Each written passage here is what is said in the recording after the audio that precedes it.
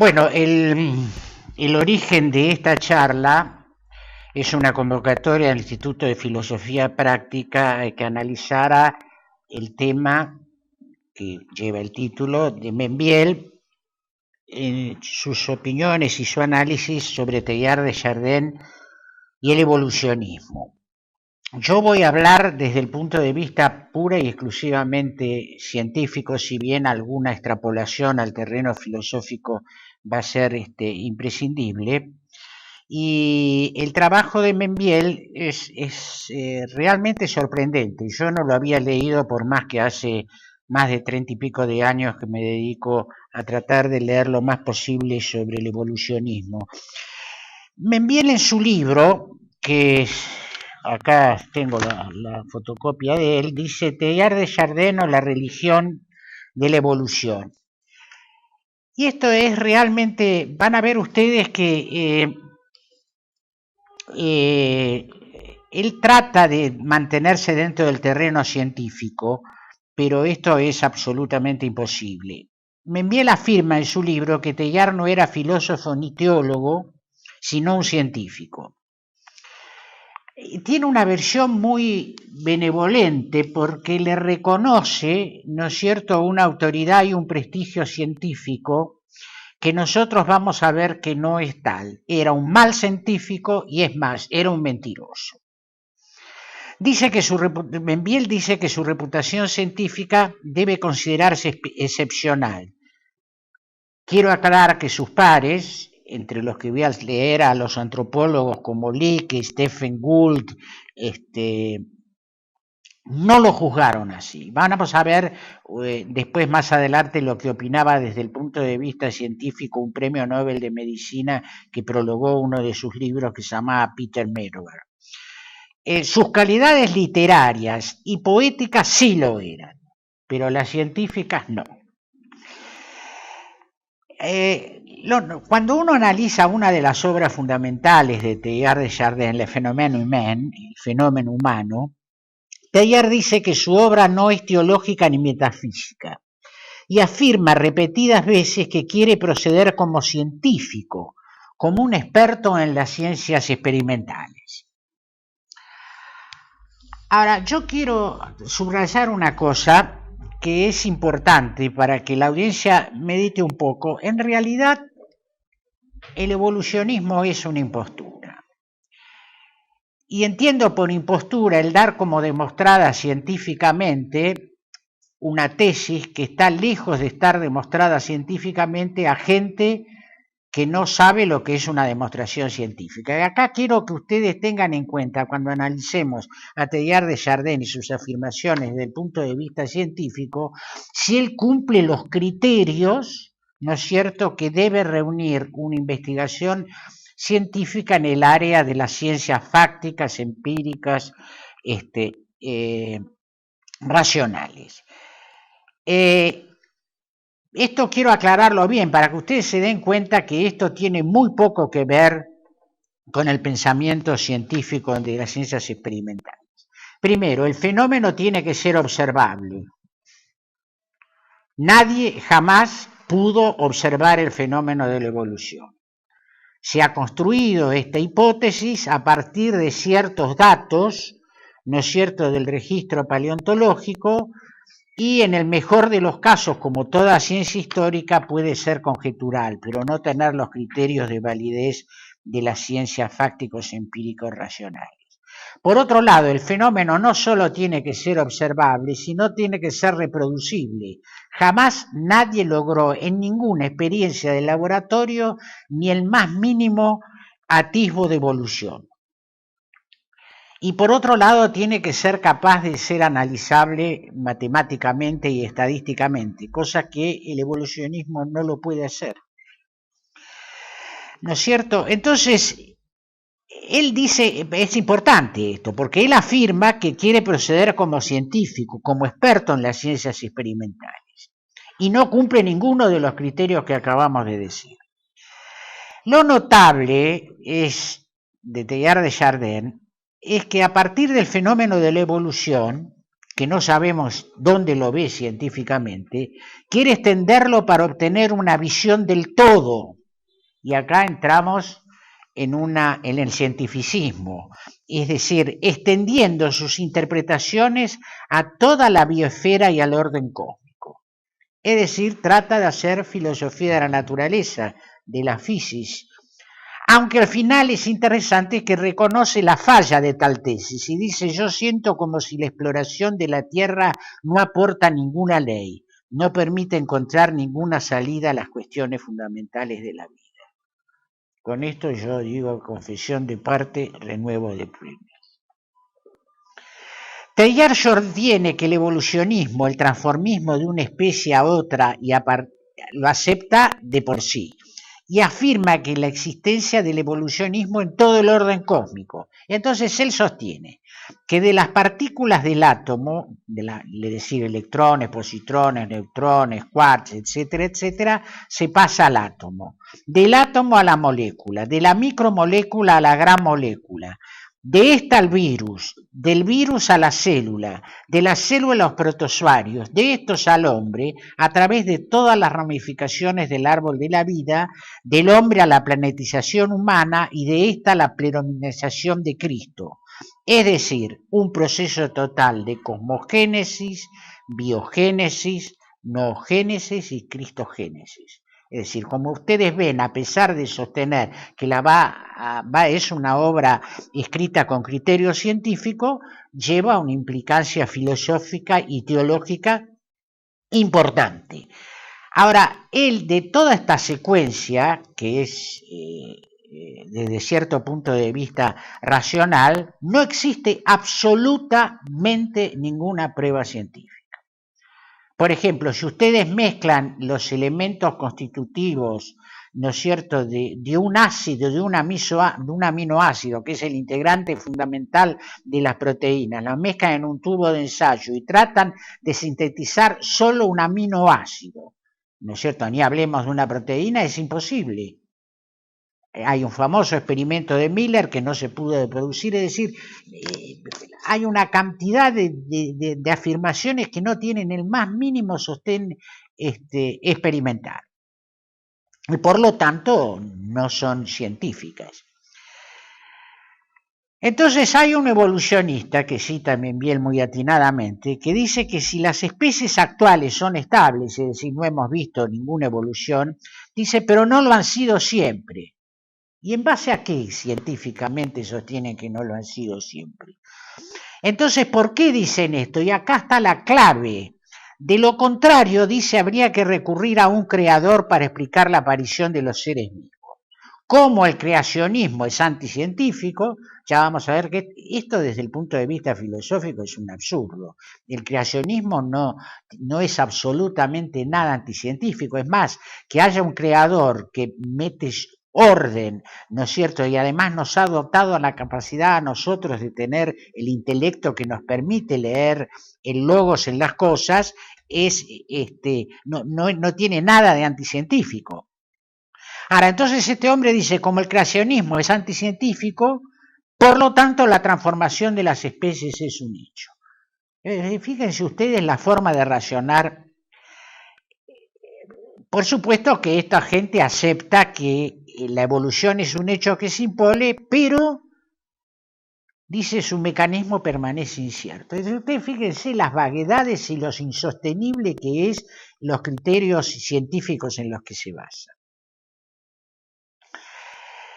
Por supuesto que esta evolución sea un hecho es uno de los postulados dogmáticos del padre Teilhard de Chardin. Es decir, le resulta más fácil aceptar el dogma de la evolución, que no tiene ninguna prueba, a aceptar el dogma de la creación por la fe. Entonces él sigue esta secuencia y en este libro, en un libro que se llama La aparición del hombre, Asemni sostiene que el nombre nace del mono, que es el sinantropo, luego del hombre Neandertal y luego el Homo sapiens. Ya vamos a ver estas cosas, pero desde ya les digo una cosa, cuando uno reconoce al hombre de Neandertal como antecesor del Homo sapiens, está cometiendo un error paleontológico serio, porque el hombre de Neandertal es perfectamente Homo sapiens, no es el antecesor. Presenta ciertas deformaciones esqueléticas debido a probables enfermedades reumáticas. Al comienzo de la charla, yo dije que era un mal científico y cuando no un mentiroso. Vamos a ver en base a qué digo esto. Vamos a hablar del hombre de Piltdown. Sé que para mucha parte de la audiencia esto puede ser conocido. En 1908, un abogado inglés aficionado a la paleontología, llamado Charles Dodson, encuentra en sus excavaciones en la región de Piltdown, en el sur de Inglaterra, un hueso que identifica como perteneciente a la región parietal, que es esta, del cráneo de un hombre. Continuó sus exploraciones y en 1911 descubre un pedazo más grande perteneciente a la región frontal. Bueno, después se entusiasman con estos descubrimientos, se unen otros paleontólogos, encuentran un pedazo de un hueso estrupital y entonces decide incorporar al equipo de investigación de estos huesos encontrados a un aficionado, va bien la palabra, la paleontología, que se encontraba realizando estudios en el colegio de Hastings, Teilhard de Chardin. Es este mismo Teilhard de Chardin quien en 1913 descubre un diente que uno de los paleontólogos que estaba en el grupo va a atribuir a la mandíbula. Ahora, lo que es evidente cuando se analizan con objetividad es que los huesos del cráneo son indudablemente humanos. La mandíbula era muy parecida a la de un chimpancé y el canino, encontrado por Teilhard, se parecía mucho más al de un mono que el de un hombre. Dice que a pesar de todo esto, el jefe del equipo paleontológico lo atribuye a un mismo individuo, al que se consideró el eslabón perdido de la cadena evolutiva del hombre al mono, y se llamó Eoanthropus, ¿no es cierto? Y Teilhard de Chardin lo cita en el año 1948, afirmando que es uno de los antecesores importantes del hombre. Y estuvieron estos restos fósiles hasta el año 1958 expuestos en el Museo Británico como un ejemplo típico del antecesor del hombre a partir de los monos. 40 años más tarde se hicieron una serie de estudios sobre estos huesos por un antropólogo de Oxford llamado Weiner. ¿Cuál es la conclusión? Que estos huesos los huesos del cráneo pertenecían a un hombre contemporáneo, que la mandíbula era de un mono grande moderno, que estos huesos fueron teñidos artificialmente con dicromato de potasio para darle aspecto de viejos, que estas mismas piezas y el desgaste de los dientes, uno de los que encontró Teilhard de Chardin, había sido hecho con una lima de hierro. Las piezas habían sido datadas como muy antiguas por habérselas encontrado en un mismo nivel geológico que unos huesos de mamíferos muy antiguos. Pero se pudo demostrar que estos restos fósiles de animales antiguos, por extrapolación decir que los huesos semejantes a los del hombre eran antiguos, uno provenía de un hipopótamo de la isla de Malta, el otro de un elefante primitivo, todo era falso en el hombre de Piltdown. Y Teilhard de Chardin jugó un rol importante. Esto para desmitificar su nivel científico. Lo que es muy interesante, ¿no es cierto?, es que Teilhard de Chardin va a participar activamente en otra... por eso yo estoy haciendo, como ustedes ven, un análisis de Teilhard de Chardin pura y exclusivamente desde el punto de vista de la evolución. La cuestión que en la década del 30 se realizan una serie de excavaciones en la región de China, donde se hallan teóricamente una serie de huesos que pertenecían a un supuesto antecesor del hombre, un intermediario entre el mono y el hombre, que fue llamado después el hombre de Pekín o Homo pekinensis. Bueno, Teilhard de Chardin por de pronto empieza diciendo que el estudio de los estratos de Chukutien, donde es la región de esto, permiten una buena datación cronológica y que por lo tanto está seguro de que el hombre de Chukutien tiene una antigüedad de 600.000 años. Bueno, ahí comete el primer error científico, porque comete errores en el análisis de los estratos geológicos, atribuyendo a los estratos de China las mismas características que los estratos de Europa. Y esto no puede hacerse así, ya que hay diferencias sustanciales en la misma edad geológica entre las dos regiones. Primer error. Científico estamos hablando.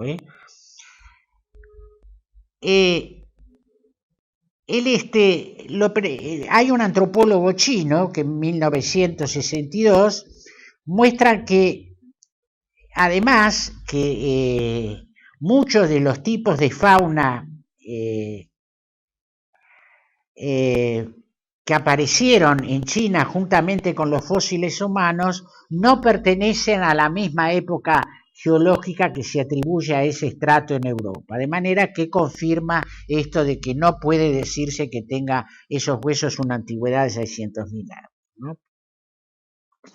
Ahora es interesante porque él en los artículos científicos que él escribe puede llegar a contradecirse en una misma página. Fíjense ustedes, en 1930 en una revue de questions scientifiques él escribe, dice que al comienzo de la página 90 dice, a despecho del desarrollo avanzado del cerebro, del Homo pekinensis, de este hombre, y a la mitad de la página siguiente, más abajo, dice, de suerte que ni la capacidad craneana, probablemente débil, dadas las dimensiones relativamente pequeñas del cráneo, ni el detalle de las impresiones del cerebro son conocidos. Ustedes se dan cuenta, en la misma página se contradice, ¿me entienden? Un hecho que es muy interesante, vamos a resumir, porque sobre el Homo pekinensis se podría escribir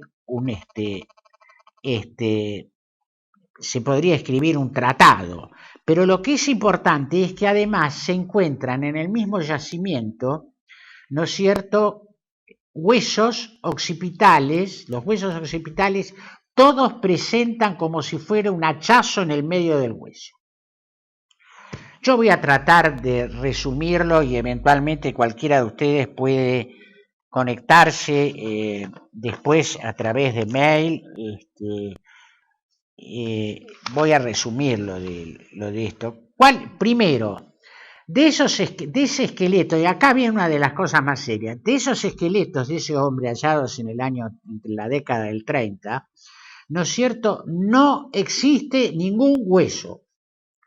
No se tomaron fotografías, solo hay dibujos de los participantes en la expedición y algunos moldes de yeso. ¿Qué pasó con los huesos? Se perdieron. Dicen que ellos los mandaron, temiendo el ataque de los japoneses y la pérdida, lo mandaron en un buque a Estados Unidos y que tal vez el buque se hundió por el ataque de los japoneses en el Pacífico. Otros mucho más mal pensados dicen que llegaron a Estados Unidos y que lo vieron unos antropólogos y paleontólogos y dijeron, mejor escondámoslo porque esto es un macanazo grande como una casa. Así que entonces ¿qué es lo que pasa? Cuando se ha analizado a fondo de esto, las conclusiones son que se encontraron huesos pertenecientes a hombres casi iguales a los contemporáneos, Homo sapiens, y además un grupo de huesos, ¿me entienden?, de monos. Y se sabe que los chinos hasta el día de hoy se comen los monos. Entonces, en realidad, esa cueva era un banquete y todo es falso también ahí en Pekín. Dos de las participaciones de Teilhard de Chardin en la investigación científica paleontológica que demuestran su calidad despreciable como científico, porque comete errores o miente a designio para poder justificar sus hipótesis. Para corroborar este juicio tan lapidario sobre Teilhard de Chardin, yo me voy a basar, aparte de las críticas que han hecho los otros científicos que han demostrado los errores de sus estudios paleontológicos, me voy a basar en un premio Nobel de Medicina, Peter Medawar, Peter Medawar, que fue premio Nobel de Medicina, que vive en Londres, ¿no es cierto?, el cual hace un prólogo a la traducción al inglés del fenómeno humano. Es interesante una anécdota, y después vamos a ver lo que dice Peter Medawar desde el punto de vista científico y sobre esta obra del fenómeno humano. Un gran periodista francés, ¿no es cierto?, se entera de este prólogo al fenómeno humano de Peter Medawar, donde hace una crítica furibunda desde el punto de vista científico al trabajo y quiere que se publique esto en Francia, traducirlo al prólogo para terminar con la hegemonía del pensamiento teilhardano, ¿no es cierto?, en los círculos católicos y en los círculos marxistas, porque hay cantidad de teólogos católicos, ¿no es cierto?, que estaban chochos con Teilhard de Chardin, entre ellos algunos nombres inobjetables, pero entonces es interesante porque este periodista Jean-François Revel, cuando él va a Francia no logra que nadie le publique la traducción del prólogo de este científico que critica a Teilhard de Chardin.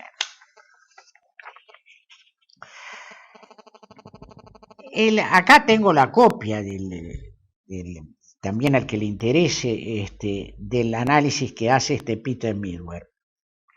Entonces Peter Medawar comienza con unas citas del libro. Fíjense que estamos hablando de un libro que Teilhard de Chardin dice que es una obra exclusivamente científica. Miren las frases que extrae un verdadero científico. Todo no sucede continuamente en todo momento en el universo. No hay cumbres sin abismos. La vida nace y se propaga por sí misma como una pulsión solitaria. En un último análisis, la mejor garantía de que un hecho o cosa debería suceder es que nos aparezca como vitalmente necesaria. Mire, sigamos, ¿no? Muchos afirmaron, dice, que era un libro de una gran profundidad y altamente significativo. Muchos ante su publicación lo declararon el libro del año. He aquí que la mayor parte del libro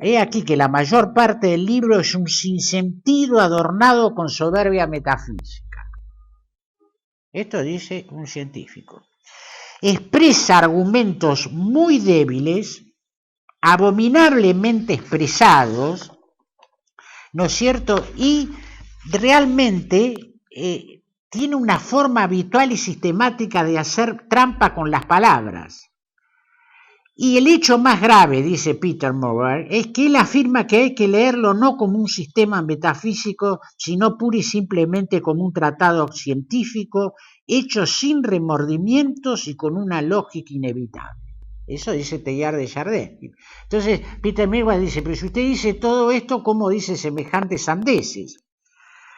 Dice, si no hubiera afinidad entre los átomos cuando se unen en moléculas, sería imposible la aparición del amor, dice Teilhard de Chardin, que alcanza su forma más alta con nosotros en su forma humanizada, pero sobre todo la conciencia no es nueva. Por lo tanto, dice Teilhard de Chardin, nosotros nos vemos obligados lógicamente a asumir la existencia de una forma rudimentaria, de una suerte de psiquis en todo corpúsculo, aún en las moléculas, en base al hecho cierto de la individuación en nuestro planeta, una cierta masa de conciencia estaba originariamente aprisionada en la materia de la Tierra. Bueno, ustedes ven primero el grado de confusión, de ideas pegadas unas con las otras, ninguna base ni demostración científica, no hay una cita al pie donde dice esto fue probado en tal trabajo científico, no tiene absolutamente nada que ver, ¿me entienden?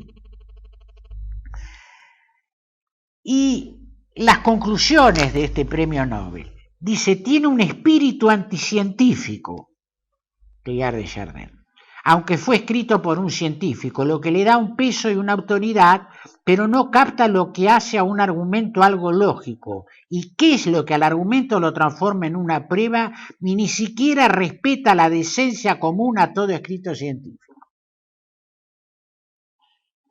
Está escrito casi todo en un estilo ininteligible, y esto se construye dando a primera vista la idea de profundidad.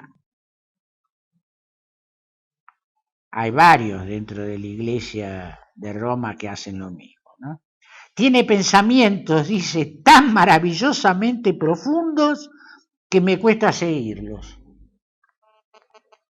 Ahora, lo interesante es que esto mismo va a opinar sobre este libro nada menos que Julian Huxley, que era un gran admirador del evolucionismo y de él.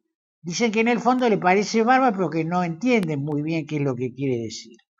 Fíjense la frase final con la que termina el prólogo este premio Nobel de Medicina.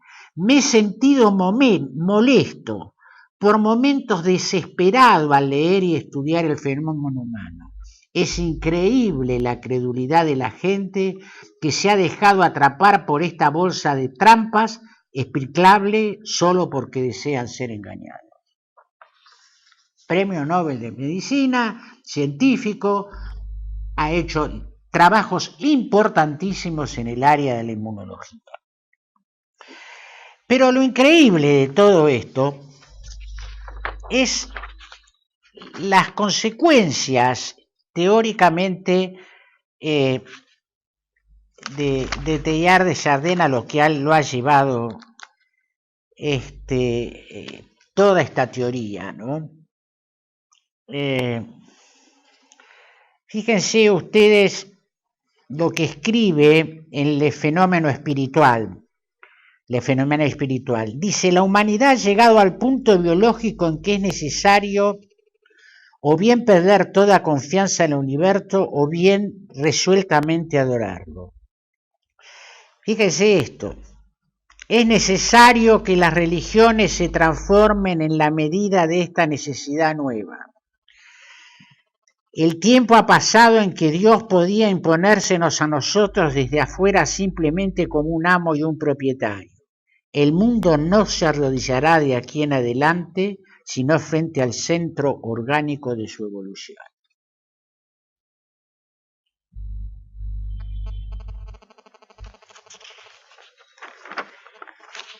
Pero la cosa va de mal en peor. Y perdón que me voy a extender al citar, al leer los párrafos de él, de las conclusiones que saca del evolucionismo, porque son tremendas. Dice que existe una forma de alma común, un alma humana común, que es la que va a llevar las bases posibles de un credo humano común. Si esto les suena muy actualizado, no es un producto de la casualidad. Y dice que hay que encontrar una fe renovada en el progreso humano. Ahora, hay una cosa que yo siempre he dicho. que un verdadero evolucionista que sea coherente, ya que se basa en la selección natural, la supervivencia de más apto, no podría ser médico. Porque en el fondo yo al curar a los enfermos estoy curando a los menos aptos y por lo tanto estoy frenando la evolución. Fíjense lo que van a escuchar de Teilhard de Chardin. A mí me espantó, yo esto lo desconocía. Dice que hay que usar la biología y la fisiología no solo para dominar científicamente las enfermedades y los fenómenos contra evolución, esterilidad, dice que minan el acrecentamiento de la noosfera. Claro, lógico, si hay esterilidad no aumenta la masa de seres vivos, dice, sino crear por medios diversos, selección, control de sexos, acción de hormonas, higiene, etcétera, un tipo humano superior. La eugenesia con sus más claras letras. Entonces dice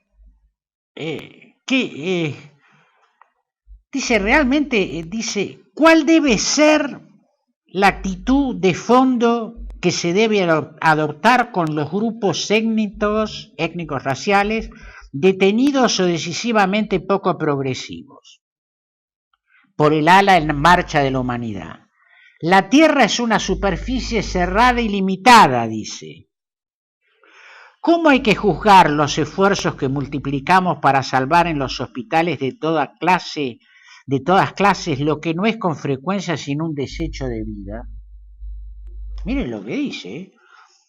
Algo profundamente bello y verdadero, quiero decir la fe en el valor irreemplazable y en los recursos imprevisibles contenidos en cada elemento personal, se esconde evidentemente bajo la obstinación de sacrificarlo todo para salvar una existencia humana.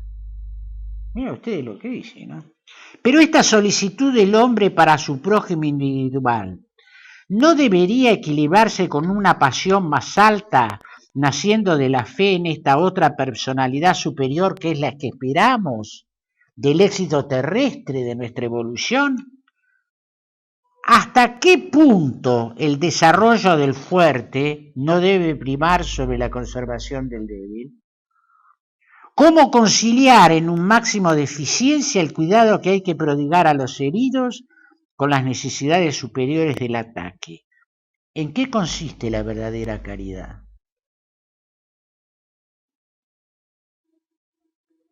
Fíjense a dónde lo ha llevado su pseudocientificismo, su confusión teológica y demás, es decir, a ser un partidario de la eugenesia y de la eutanasia.